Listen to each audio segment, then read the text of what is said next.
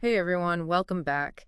Today we're taking a deep dive into something pretty crucial, and that's how to sort of navigate and overcome homophobia and biphobia, in relationships. Yeah. We're going to be looking at a proposed podcast episode called Love Without Barriers for this, and Oh, wow. yeah, and it's really interesting stuff actually. So, I'm looking forward to it. Yeah. yeah. So where do we begin? Well, it starts off by like defining the terms, getting down to basics. Right. So, it's not just like throwing around homophobia and biphobia. Yeah. It's about really understanding what these prejudices mean, how they impact relationships, especially when they're specifically, aimed at LGBTQ plus individuals or those identifying as bisexual. Yeah, and the source material really gets into the nitty-gritty of it too. It's not just like a surface level explanation. Right. It really digs deep into how these prejudices can shake a relationship's foundation. Yeah, it's like setting the stage, making sure that we're all on the same page before we kind of jump into the complexities of it all. Okay. And it doesn't stop there. Oh, There's actually, they bring in a psychologist. okay. This psychologist specializes in LGBTQ plus issues, Interesting. and they shed some light on how these types of prejudice, can manifest in like really sneaky ways. Oh, wow. So we're not just talking about like blatant discrimination. Yeah. It's more than that. Exactly. It's those like subtle microaggressions Huh. that, can really like chip away at a person's self-worth, at their security within the relationship. Yeah, it's those everyday things that can build up over time and create a really toxic atmosphere. Right. The psychologist in the source material actually gives this chilling example. Imagine a partner, consistently misgendering a transgender person even after they've corrected them multiple times. Oh, wow. It might seem like a small thing on the surface, but these repeated acts of disrespect can lead to some serious emotional distress Right. and really erode the trust within the relationship. It's like death by a thousand cuts. Yeah, You know what exactly. I mean? It's like it's not just this one big thing. It's all these little things that just keep adding up and adding up. Yeah, yeah. So how do we combat this? Well, yeah. What do we do? The source suggests creating a space for communication, Okay. a safe space where partners can openly and honestly share their feelings about their identity, their experiences, Mm. without the fear of judgment. So it's about more than just talking, right? It's Yeah. about creating like this atmosphere where you feel safe being vulnerable. Exactly. It's about active listening. Yeah. You're not just hearing the words, but you're absorbing them, you're validating your partner's feelings. You're really hearing them. Yeah, and the source actually has this really interesting snippet from a couple who found solace in this kind of communication. Oh, wow. Yeah, and they talk about how in the face of all this external pressure, societal prejudices, being able to confide in each other and feel heard became their anchor. It Oh, was really powerful. so it's like when you're facing prejudice, yeah, that open communication isn't just beneficial. It's essential. It's like the bedrock upon which you can build resilience as a couple. It makes total sense, but, creating that safe space, Yeah. it's got to take more than just good intentions, right? Oh, absolutely. Yeah. The source really dives into the details of what makes a space truly safe for these sorts of conversations. Okay. And it's more than just avoiding harsh words or like tiptoeing around sensitive topics. Right. It's about cultivating this culture of respect and understanding within the relationship. Yeah, I like that. Think of it like you're building a haven Okay. where vulnerability is welcomed and differences are celebrated, not dismissed or, shut down. So it's like you're fostering an environment where both partners feel empowered to share their authentic selves Exactly. without fear of, repercussion. Without fear. Yeah. But I feel like we can't just stay within the confines of our relationships. Right. Right? We have to engage with the world around us. That's where the source brings up the power of education. Oh, In combating prejudice, makes sense. it's not just about understanding for ourselves. Uh-huh. It's about equipping ourselves to have, meaningful dialogue with others. I see. Like, think about sharing resources like books or articles or even documentaries that delve into LGBTQ plus issues. Right. It becomes this shared journey of learning and understanding and could spark some, really vital conversations. I can imagine like watching a powerful documentary about the history of LGBTQ plus rights with like friends or family. Right. It opens the door to empathy It does. and allows you to see the world through a different lens. And it can lead to those aha moments, Right. where perspectives really shift. Exactly. And the source also advocates for something really cool. It's like experiential learning. Oh, tell me more. Yeah, so they encourage people to get involved in community events or workshops that offer firsthand insights and connect you with supportive communities. Yeah, and they even feature an LGBTQ plus activist who speaks passionately about how education, especially when it involves personal connection, can really chip away at those harmful stereotypes and build bridges of acceptance. So it's not just about learning facts from a book. It's about connecting with real people and hearing their stories. Absolutely. It's about realizing that we're all part of this human tapestry, Right. and our differences are what make it so beautiful. Exactly. But sometimes, education, it just doesn't feel like enough. Yeah. Sometimes we need to take a bolder stance. You're right. Yeah.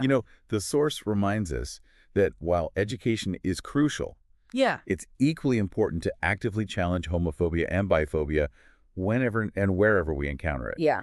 It's about speaking up, raising our voices against discrimination, whether it's happening in a social setting online or even within our own families. Right. It's about saying, this is not okay, Right. and using our voices to advocate for change.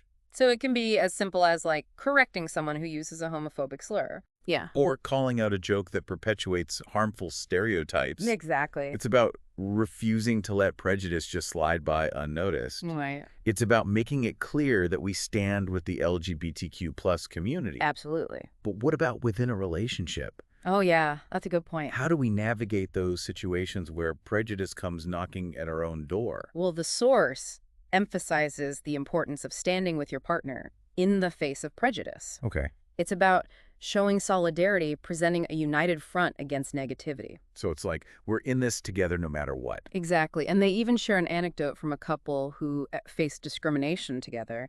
And they talk about how standing up as a team, refusing to be divided by this external pressure, actually strengthened their bond. Wow. Yeah, it's really powerful. It's like facing these challenges as a team can be incredibly bonding. It can be. But let's be honest, constantly facing down prejudice, Yeah, it can be draining even with a supportive partner. absolutely. We all need that extra layer of support. Right. That's where building a network of allies comes in. Okay. The source highlights the importance of surrounding yourselves with a community of people who not only accept, but celebrate your relationship. Okay, so it's like finding those friends, family members, or support groups who really offer a sense of belonging Exactly. and understanding. And they also emphasize the value of connecting with LGBTQ plus networks. Oh, interesting. Finding people who truly get your experiences and can offer that validation and strength. So it's about finding people who uplift you Yes. and remind you that you're not alone and celebrate your love with you. Exactly. It's about finding those spaces where you can truly be yourself without fear of judgment. Yeah, So we've covered a lot of ground in this first part of our deep dive. we have. We've explored the subtle ways homophobia and biphobia can manifest. Yeah. We've talked about creating safe spaces for dialogue, the power of education, Right. actively challenging prejudice, and building that supportive network. It's loud. But there's still so much more to unpack. Oh, there is. And that's where we'll pick up in the next part of our deep dive. We'll delve deeper into the concept of celebrating love and resilience, explore practical ways to challenge those societal norms, and discuss how to make a real difference in the fight for LGBTQ plus equality. Sounds good. Stay tuned. Welcome back. So, let's pick up where we left off and really explore this idea of celebrating love and resilience. Okay. The source really emphasizes how important it is to actively celebrate your relationship, not just in private, but in ways that challenge those societal pressures, that we talked about earlier. So it's not just about, feeling good about your relationship. Right. It's about making a statement. Yeah, exactly. It's about refusing to let those prejudices dictate how you express your love. Right. The source suggests finding ways to celebrate that are both meaningful to you as a couple, Uh-huh. but also visible to the world. I love that. Yeah. It's like turning the script, Yeah. and saying, we're not going to hide. We're going to celebrate our love even louder. Yeah. But how do we do that? Well, in a way that feels authentic and empowering. Yeah. Well, the source gives some great examples. Okay. Maybe it's something as simple as holding hands in public or sharing photos of your life together on social media. Or perhaps it's about getting involved in LGBTQ plus community events Right. or supporting LGBTQ plus owned businesses. Those are great ideas. Yeah.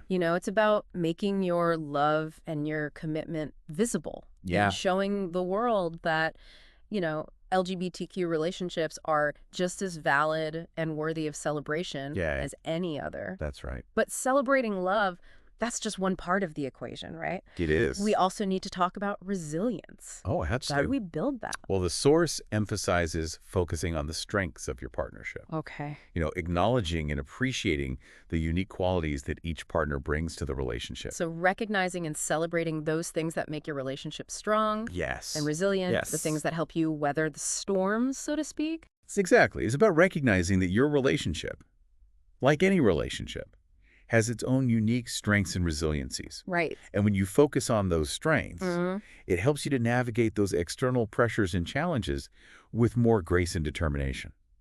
It makes sense. When you're grounded in the strength of your partnership, those external pressures have less power to kind of shake you. Right. But resilience also involves self-care, right? Yes. Taking care of our own mental and emotional well-being. That's a crucial point. Yeah. The source actually dedicates a whole section to this. Oh, wow. The importance of self-care, both individually and as a couple. So it's about making sure you're taking care of yourself so you can show up, fully for your partner Yes. and for the relationship. Exactly. It's about prioritizing your mental and emotional health Right. so that you can face those challenges with more strength and clarity. And knowing when you need to step back and recharge, Yes. whether that's taking some time for yourself, doing activities that you enjoy, or even seeking support from a therapist. Absolutely. I love how they weave self-care into the conversation about resilience. Yeah. It's a good reminder that taking care of ourselves is not selfish. Essential. It's essential. Yeah. But resilience also involves looking beyond our individual relationships, right? It does. It's about advocating for change on a larger scale.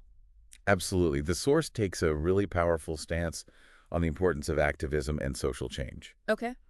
It's about recognizing that overcoming homophobia and biphobia isn't just a personal journey, it's a collective responsibility. So it's about, joining forces with others who share our values and working together to create a world where LGBTQ plus individuals and relationships aren't just tolerated, Right. but fully embraced and celebrated. Precisely. The source offers a range of ideas for how to get involved in this movement. Oh, cool. For LGBTQ plus equality. It could be something as simple as donating to an LGBTQ plus organization Okay. or attending a pride rally. Right. Or it could involve more active engagement, like volunteering your time, advocating for policy change, or using your platform to raise awareness. So it's about finding what resonates with you Yeah, and using your voice and your actions to create positive change. exactly. And even small acts of resistance can make a difference. I like that. Yeah. And the source also talks about the importance of supporting LGBTQ plus representation in the media. Yes. It's about seeking out and amplifying stories that showcase diverse LGBTQ plus experiences and challenge those harmful stereotypes. Right. It's about making sure that LGBTQ individuals and relationships are reflected in the books. We read the movies, we watch the music we listen to. It's about normalizing those experiences Yes. and making them visible to a wider audience. And the source makes a good point that this kind of representation can be so empowering, Right. especially for young people who are still exploring their identity Especially them. and, seeing themselves reflected in positive and authentic ways. Yeah. Can have such a profound impact on their self-esteem and their sense of belonging. It's about creating a world where LGBTQ youth can grow up feeling seen, heard, and valued for who they are. Exactly. And reminding everyone that LGBTQ stories are human stories. Yes. Stories that deserve to be told and celebrated. So we all have a role to play in this, right? We do. Whether we identify as LGBTQ plus or as allies. The source emphasizes that. It's about recognizing that, injustice anywhere is a threat to justice everywhere. Well said.